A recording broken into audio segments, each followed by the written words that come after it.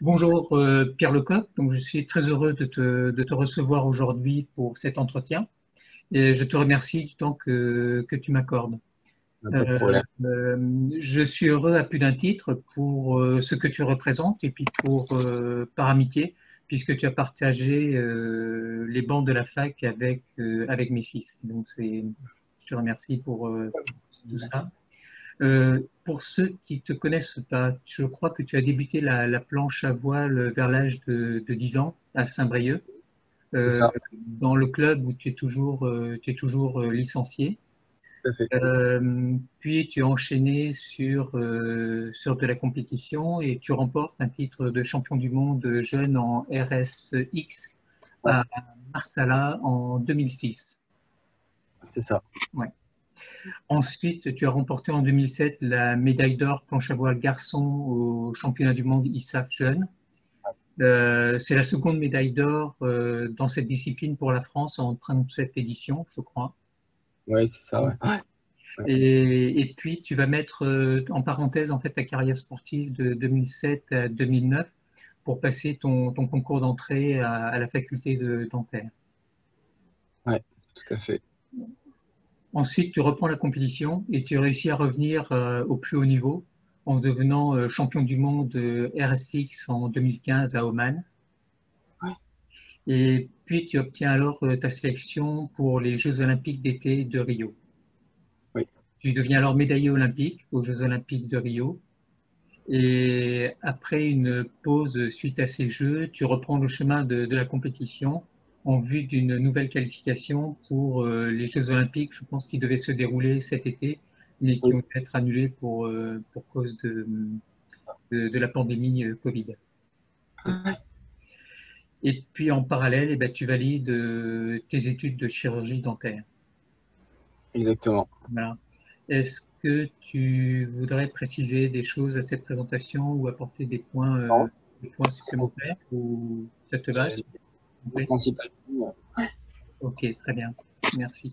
La première question que je voudrais te poser, c'est qu'est-ce qui se passe dans la tête d'un adolescent ou d'un jeune adulte pour se projeter sur un objectif de préparer des Jeux olympiques ou des compétitions?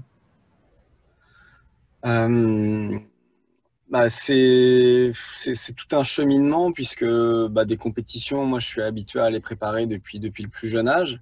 Je sais, je connais un petit peu le cheminement qu'il faut pour préparer une compétition.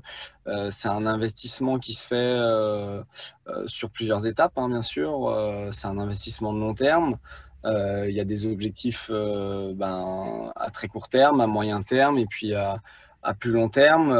C'est vrai que les Jeux Olympiques, ça avait toujours été un rêve. On va dire que c'était un objectif de très long terme depuis tout petit, puisque je savais que je voulais faire de la planche à voile olympique. J'avais eu des exemples d'amis proches en fait qui s'étaient lancés là-dedans. À l'époque, quand j'ai débuté la planche à voile au club de Saint-Brieuc, il y avait un athlète qui était en préparation pour les Jeux de Sydney.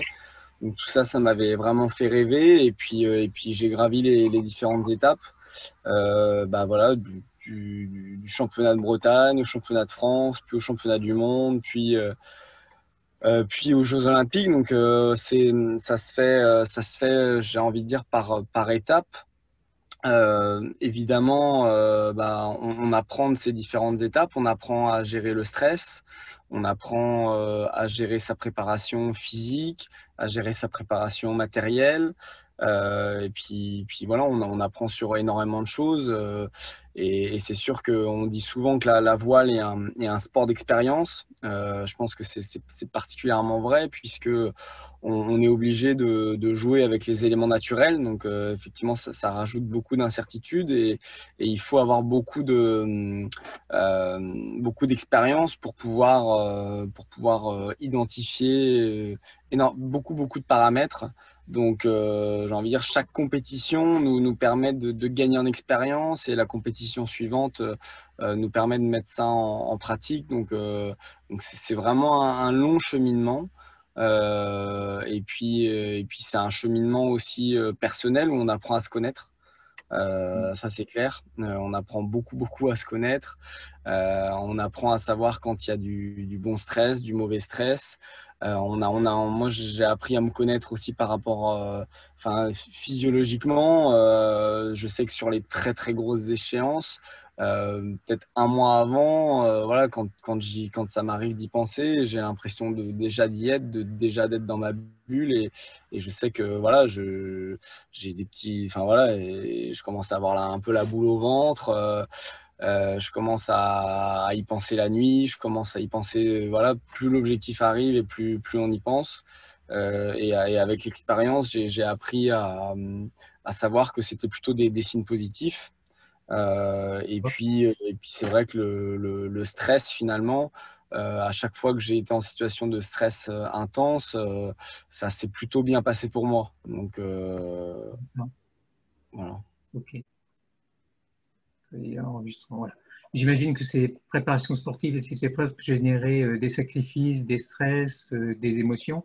Et ce qui m'intéressait, c'est savoir si est-ce que toi, tu avais un accompagnement au sein du Pôle France ou bien est-ce que tu as appris à gérer par toi-même ce stress, ces émotions et quelles techniques tu as pu apprendre ou tu as utilisées ou c'était plutôt de l'intuitif et en apprenant de toi-même, ben, tu savais comment réagir à ces émotions qui pouvaient être des alertes. Ouais, bah, j'ai eu personne en fait enfin j'ai eu personne pour m'accompagner à ce niveau-là jusqu'à il y a 2 ans. En fait, depuis 2 ans, j'ai été suivi par une psychologue du sport hein, qui est assez connue, c'est Myriam Salmi, qui s'est occupée de beaucoup d'athlètes à l'INSEP et notamment qui s'occupe toujours de Teddy Riner et qui l'accompagne depuis qu'il est tout jeune. Donc, c'était plus un besoin pour des blocages qui revenaient assez souvent, des blocages sur des trucs vraiment spécifiques, sur notamment les départs, les prises de risques. C'était quelque chose que je voulais travailler spécifiquement parce que voilà, je n'arrivais plus à m'en sortir tout seul et je sentais que voilà, il fallait que je passe un stade pour pouvoir prendre plus de risques, avoir plus de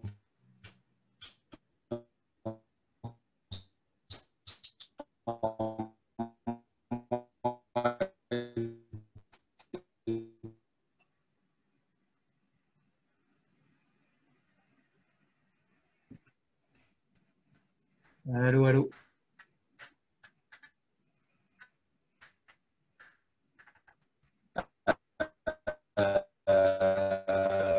je pense que ça. Est-ce que tu m'entends? Ça bug un peu.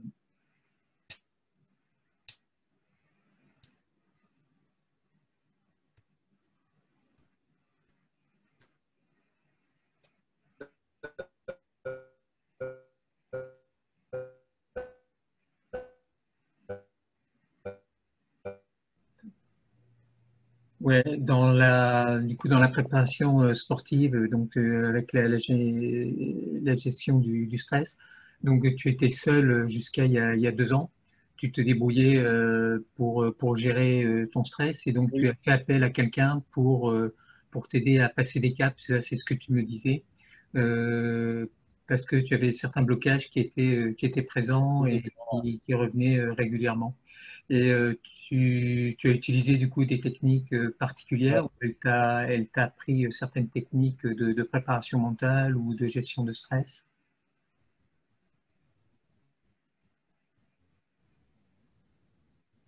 Oui, il y avait vraiment un petit peu de technique de projection mentale.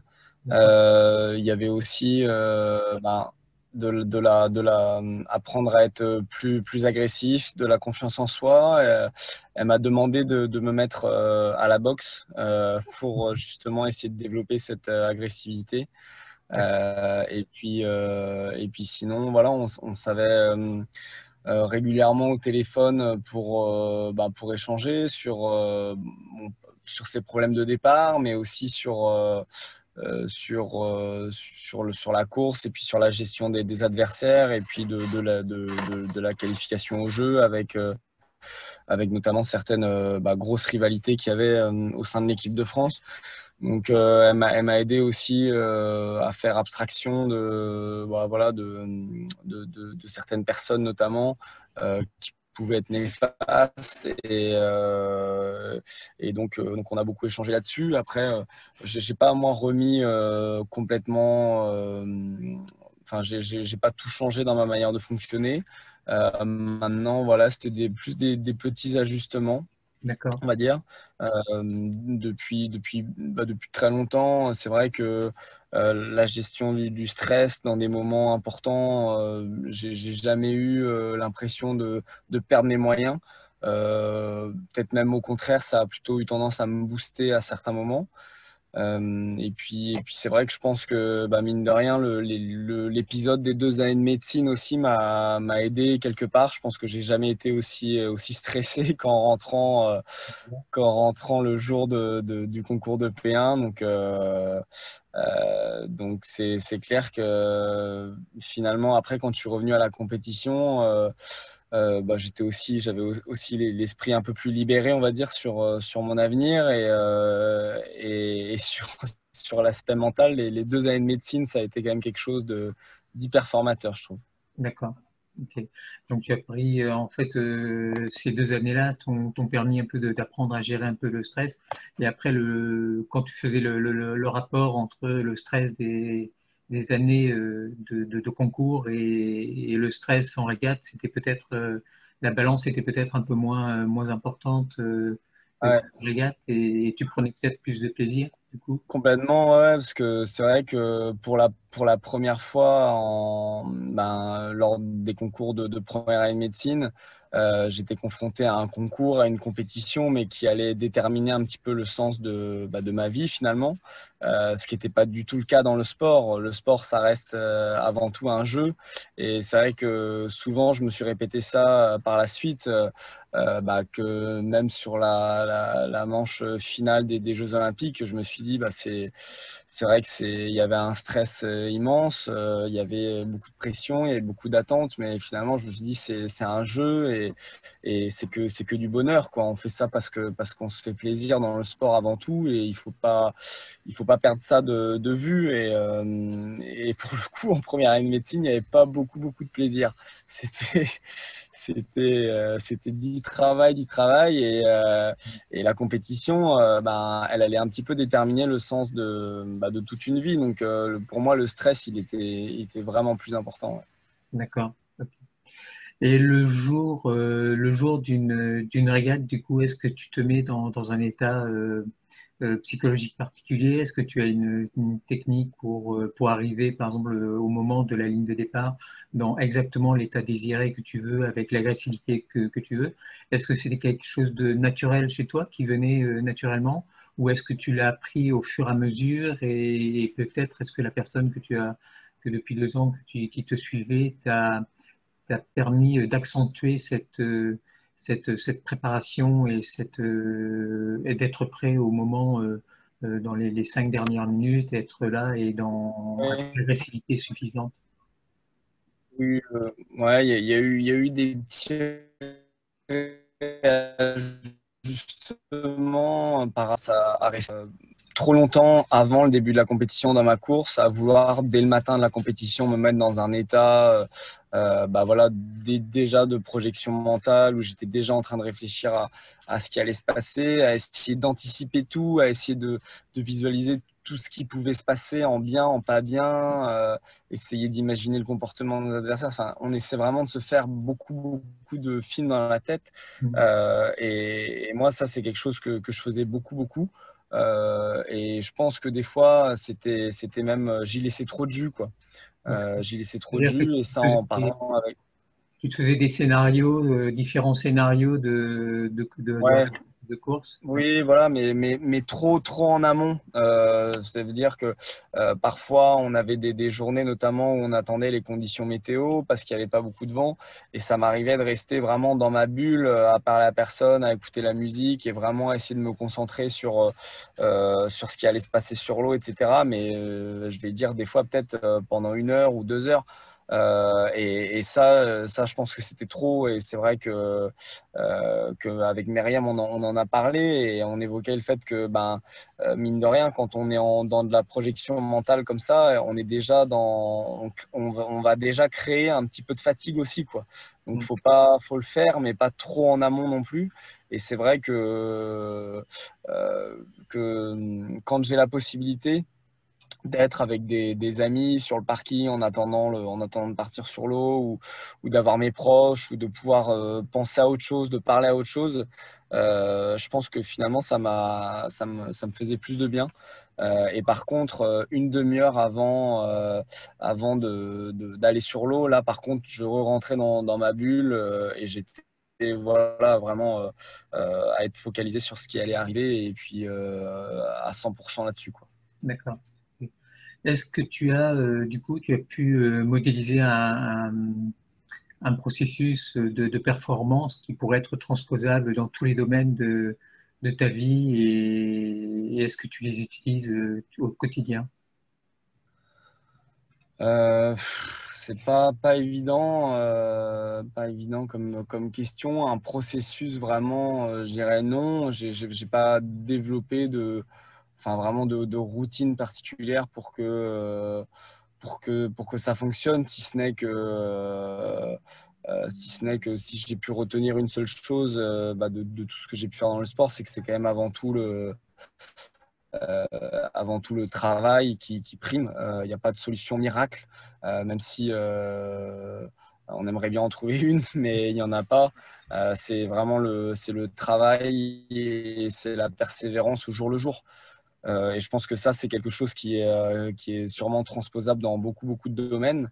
Moi, c'est sûr que une de mes qualités, je pense que j'ai eu, et puis mes parents le diront aussi, c'est que j'étais assez têtu et que dès que j'ai commencé le sport, j'avais pas forcément de dons particuliers, de glisse, de capacité physique hors norme ou quoi, mais je pense que j'ai été très persévérant. Mm. Et j'ai assez vite compris que le travail, c'était quelque chose qui était primordial et puis que ça se faisait vraiment sur du très long terme. Donc c'est sûr qu'il faut, la solution miracle, elle n'existe pas. Voilà, la progression fulgurante en quelques semaines, en quelques mois pour aller gagner un titre sur un championnat du monde, c'est impossible. Là, je me rends bien compte que maintenant, dans le sport de haut niveau, c'est vraiment des années de travail et que seulement à la fin de toutes ces années de travail, quand on arrive à aller jouer des médailles avec des mecs qui sont aussi préparés que nous, qui ont autant bossé, etc. Là, par contre, ça se joue plus sur des détails et je pense que là, le mental intervient beaucoup plus, quoi. D'accord. Beaucoup plus. C'est sûr qu'il y a ouais, un schéma. Non, je n'aurais pas de schéma en tête, D'accord. si ce n'est le travail. Enfin, c'est le schéma que je pourrais avoir en tête, c'est un peu une pyramide, quoi. C'est un peu une pyramide. Euh, c'est à la base L'ensemble du travail que tu as fait, des Ouais, expériences accumulées qui t'amènent en fait, à pouvoir analyser une. ouais. Je pense que c'est vraiment c'est à la base de la pyramide. Il y a énormément de travail qui doit être là, qui doit être fait. Peu importe, j'ai envie de dire le talent, peu importe les capacités techniques, physiques, c'est vraiment du volume de travail pour découvrir tous les aspects techniques qui peut y avoir dans le sport, dans n'importe quel sport d'ailleurs. Et puis plus on monte, plus les bases voilà, s'empilent les unes au-dessus des autres. On gravit, je pense, que des étapes. Et une fois qu'on a acquis ça, pour moi, c'est de l'acquis, quoi. C'est de l'acquis. Mais c'est un acquis qui se fait sur plusieurs années et je le vois maintenant parce que ça fait beaucoup d'années que je pratique la planche à voile et même en m'arrêtant plusieurs mois, quand je reprends, je sens que cette base-là de la pyramide, elle est encore bien solide, quoi, parce que j'ai des heures et des heures de navigation au compteur. Et par contre, après, c'est plus on grimpe vers le sommet de la pyramide, et là, plus c'est des petites nuances, quoi. Des petites nuances sur la capacité à innover, peut-être un petit peu, plus que d'autres capacité à innover pour essayer d'aller chercher des petits détails. Nous, en voile, on est beaucoup sur des réglages très fins qui peuvent créer à la fin des pouillèmes de différence, mais qui peuvent faire la différence. C'est des affinages au niveau physique. On parle du pic de forme. Pour moi, voilà, les pics de forme qu'on essaye d'atteindre sur les championnats, voilà, ça fait partie de tout ce qui est en haut de la pyramide. Et puis après, le sommet de la pyramide, c'est vraiment la capacité, je pense, plus mentale à se surpasser le jour J et réussir à mettre en place tout ce qu'on a accumulé pendant des années, quoi. C'est ça D'accord. qui est parfois le plus dur. C'est ça qui est parfois le plus dur. Et moi, l'expérience des Jeux Olympiques que j'ai eue, et mon entraîneur me l'avait dit, il m'avait dit déjà, si aux Jeux Olympiques, tu arrives à naviguer comme tu sais faire, comme tu as l'habitude de faire à l'entraînement, tu seras dans les clous. Tu seras dans les clous, et il m'a dit parce que voilà, il y a une dimension mentale qui est beaucoup plus importante sur les Jeux Olympiques et qu'il y a des athlètes qui se craquent, quoi, véritablement. Et il y en a qui font des craquages comme ils font jamais à l'entraînement, comme ils font jamais sur une épreuve d'importance moindre. Et voilà, et c'est vrai que j'ai vraiment eu cette expérience-là, quoi. J'ai vraiment eu cette expérience-là aux Jeux Olympiques, qui est vraiment, je pense, l'épreuve où l'aspect mental est vraiment démultiplié, quoi. D'accord. Ou c'est l'endroit, c'est une des épreuves où il y a le plus de pression, euh, Ouais. le plus d'enjeux. Oui, oui, oui, bien sûr. Ouais. D'accord. Ok. Et actuellement, tu es plutôt dans une période de transition de vie. Et comment tu le gères? C'est, c'est vrai que c'est une période avec beaucoup de questionnements. Parce que voilà, moi maintenant j'ai 31 ans. Euh, je m'étais vraiment dit qu'après l'Olympiade de Tokyo, quoi qu'il arrive, que j'aille au jeu ou pas, j'avais vraiment envie de remettre un pied dans le monde dentaire. J'avais aussi envie d'activer un petit peu dans ce milieu-là, parce que du coup j'ai mis un petit peu ça entre parenthèses, parce que je sais que qu'un niveau qu'un projet professionnel, voilà, ça se fait dans nos âges. Et puis je le vois bien, tous mes amis médecins et autres ont beaucoup de projets d'installation. Et puis c'est des projets qui sont aussi hyper excitants, hyper motivants. Et à côté de ça, il y a l'olympisme, il y a la régate. Moi, c'est toujours quelque chose qui m'anime beaucoup. Je pense que je suis incapable là de tirer un trait sur cette adrénaline, quoi, parce que finalement, à un tel niveau, je pense qu'on a des petites piqûres d'adrénaline récurrentes sur toutes les compétitions, et ça, je pense que j'aurais du mal à tirer un trait là-dessus, surtout que là, la planche à voile est un petit peu en train de connaître une révolution, puisque Oui, là qui apparaissent. voilà, c'est ça, ouais. Et donc là, je pense qu'on est en train de vivre une période où il y a un vrai regain de popularité sur la planche à voile, sur la planche à voile olympique qui a été décidée à Foyle pour Paris 2024. Donc c'est sûr que tout ça, ça donne envie. Et moi, j'ai pas forcément envie de tirer un trait là-dessus, mais je vais repasser je vais essayer, on va dire, je vais essayer de créer de recréer un double projet, c'est-à-dire un projet professionnel d'installation et un projet de haut niveau, si je peux le faire. Voilà, c'est un petit peu comme ce que j'ai fait dans le passé avec mes études et le sport.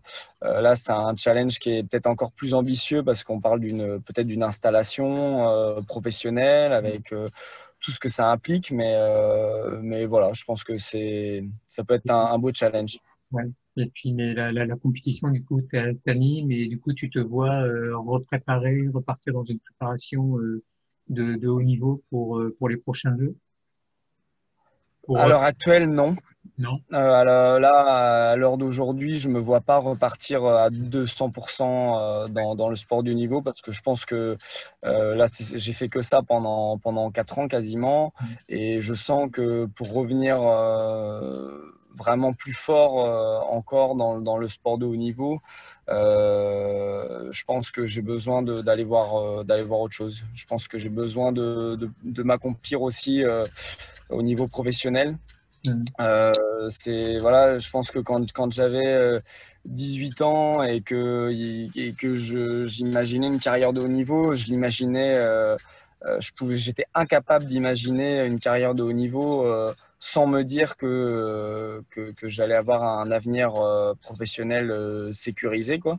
Donc c'est vrai que c'est pour ça que j'avais fait le choix de faire médecine et de passer le concours pour après, c'est vrai, rentrer sur des rails, puisqu'après en choisissant dentaire, finalement, j'étais plus ou moins certain d'avoir un métier à la suite de ça. Et là, je pense que je suis un peu au même point que lorsque j'avais 18 ans. Je pense que là, si je me vois pas continuer dans le sport de haut niveau sans avoir autre chose à côté, quoi. D'accord. Donc j'ai vraiment envie de créer un truc à côté. Et puis si j'arrive à me détacher du temps pour m'entraîner à Brest, puisque je reste à Brest, ce sera du bonus. Et je sais par expérience que dans une préparation olympique, il se passe beaucoup de choses voilà, lors des sélections. Il se passe beaucoup de choses lors des dernières années de préparation aux Jeux. Donc 4 ans, c'est long. Je l'ai fait 2 fois, les préparations olympiques. Donc j'ai un petit peu d'expérience aussi. Et je pense que voilà, je sais un petit peu quand est-ce qu'il faut passer la seconde ou pas. Et là, on est en 2020. Les Jeux 2024, c'est encore loin. Donc voilà, et chaque chose se fera en son temps, si c'est possible. Voilà, si c'est possible.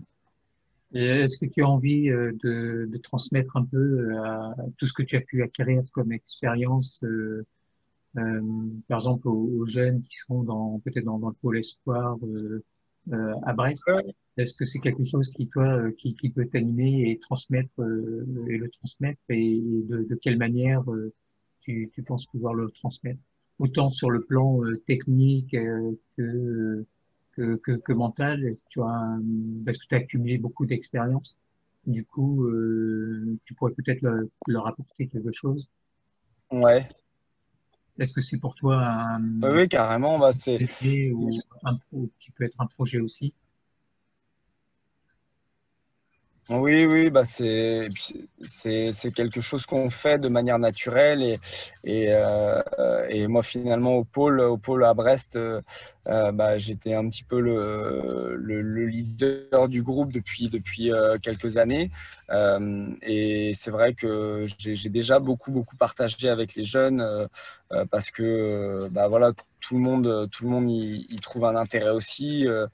Évidemment, les jeunes y trouvent un intérêt parce ils arrivent à passer les étapes un peu plus vite avec certains conseils. Et puis moi ça m'a permis aussi sur l'autre d'avoir des lièvres voilà, qui étaient de plus en plus présents, qui me poussaient de plus en plus. Et là, effectivement, à l'heure d'aujourd'hui, il y a toujours une très grosse dynamique au sein du pôle à Brest. Et je pense que c'est ce qui va se faire.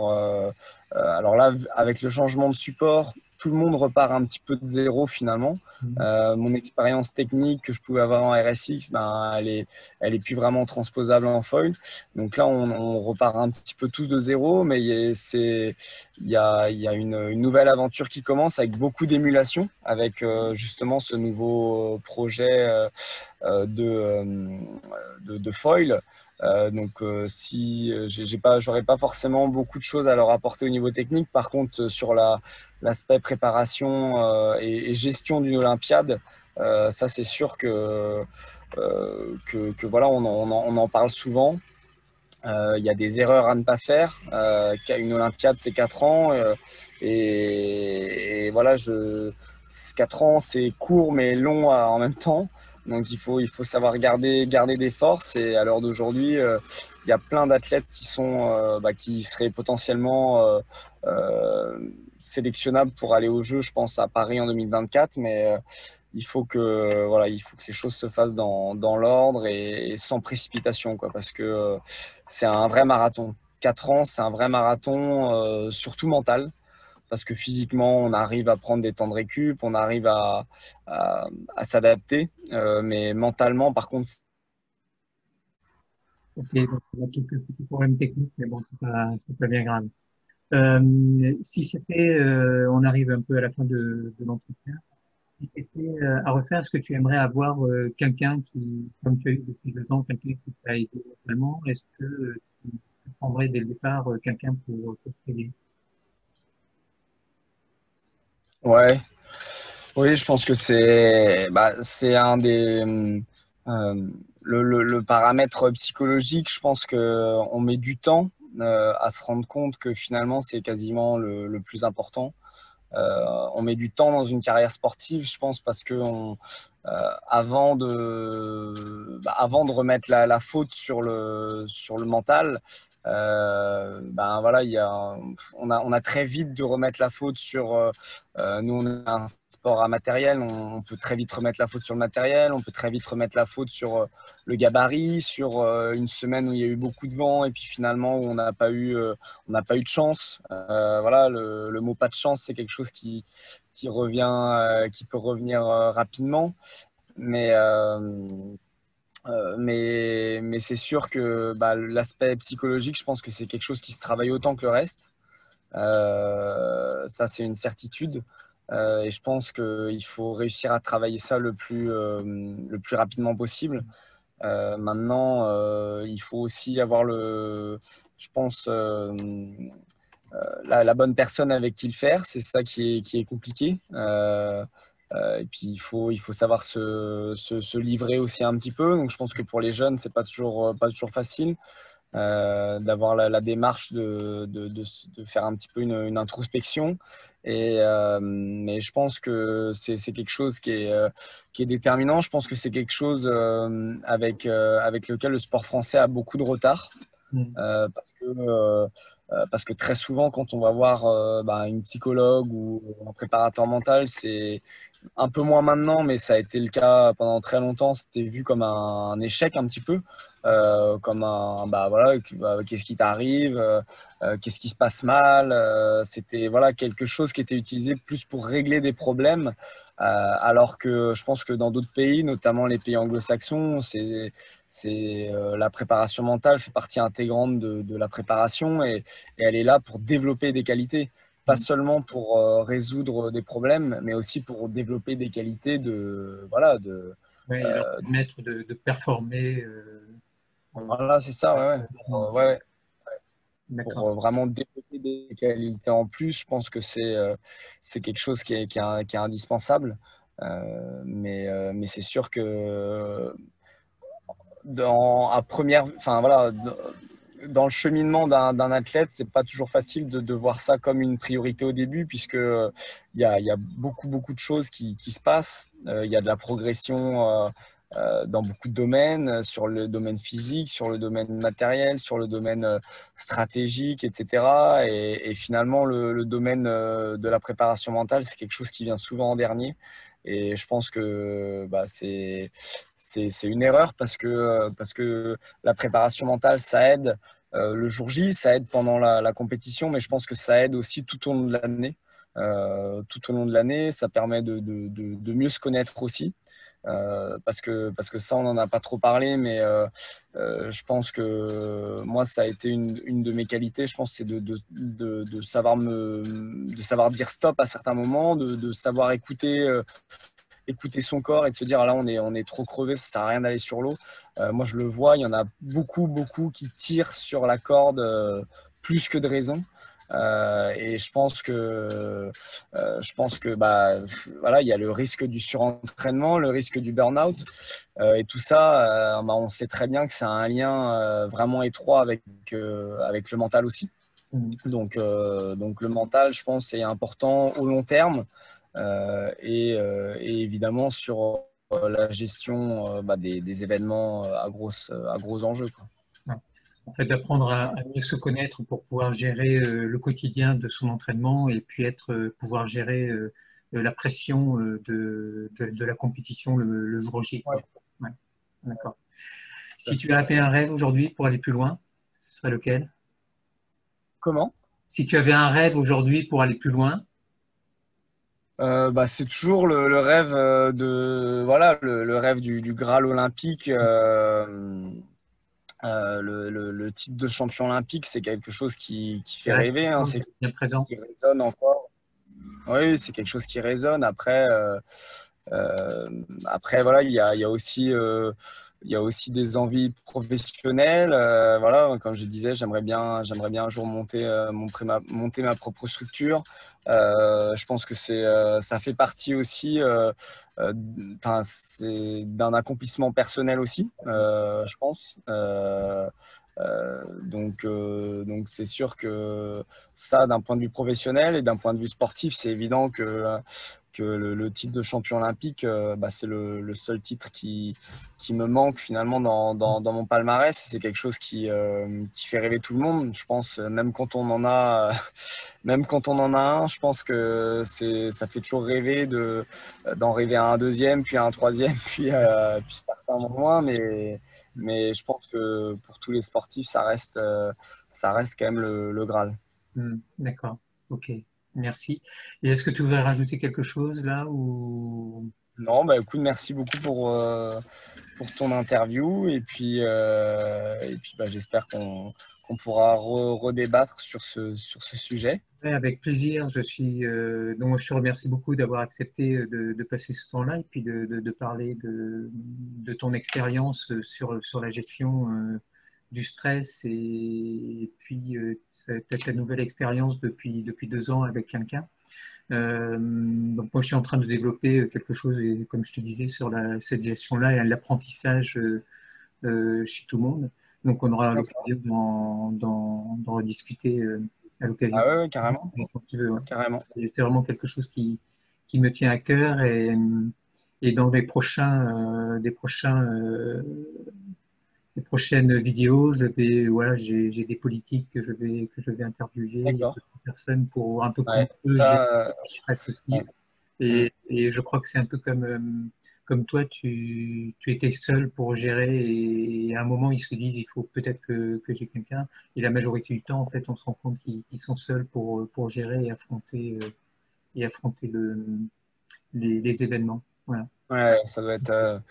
Ouais, c'est vrai que ouais, je pense souvent aux hommes politiques. C'est vrai dans la gestion mentale et tout, parce que des fois, je me dis que ça doit être monstrueux. Ça doit Ils ont être une monstrueux. pression énorme. Et, Ouais. et en fait, ce que l'impression que j'ai, c'est qu'en France, on est un peu en retard là-dessus. Et Ah oui. quand j'échange avec des personnes anglo-saxons, en fait, pour eux, c'est intégré, c'est normal, quoi, d'avoir un coach pour la préparation mentale, d'avoir un coach pour les aider à avoir un rituel quotidien et à performer. C'est quelque chose qui est complètement intégré dans leur vie. Ouais. Et que tu sois sportif de haut niveau ou sportif tout simplement pour aller faire ta performance, en fait, ils utilisent beaucoup de Ah coachs. oui, oui. Ouais, énormément. Ouais. Ouais, c'est sûr que là-dessus, en France, on a un retard qui est colossal. J'en ai beaucoup parlé avec Meriem, hein, qui s'est beaucoup battu euh, pendant toute sa carrière avec ses préjugés qui existaient sur la préparation mentale, à savoir, bah, voilà, c'est quelqu'un qui va avoir un préparateur mental, c'est quelqu'un de faible quasiment. Et c'est vrai que c'est catastrophique d'avoir cette image-là parce que c'est tout l'inverse, quoi.